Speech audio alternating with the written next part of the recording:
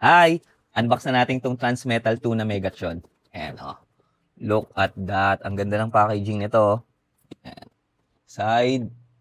Side, Biswars. And ito yung, ayan, yung itsura niya pagka yung robot, tapos yung dragon. Top and yung bottom. Open na natin.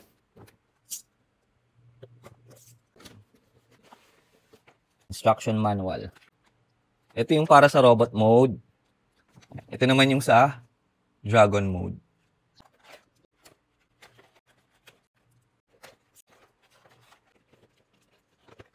Yun oh, ito na yung mismong toy, yung figure. Ayan oh, ang ganda oh. Naka-ano siya, robot mode pagka-open. Ayan, si Megatron. Grabe, ang ganda ng ano nito, details. Sulit na rin para sa sale price. Yung wings niya, ayan, na ipopose.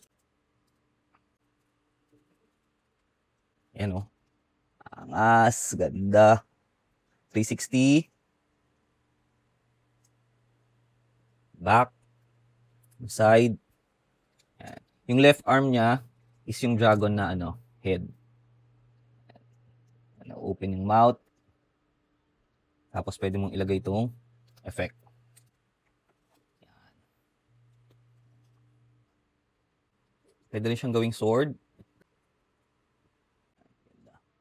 Transform natin sa dragon mode. Ito yung arm nung ano, para sa dragon. Nasa loob. Ayan. Panood ko na yung ano nito eh, transformation eh. Tapos tinignan ko na lang ulit sa manual. Pero madali lang naman siya. Nalapit na.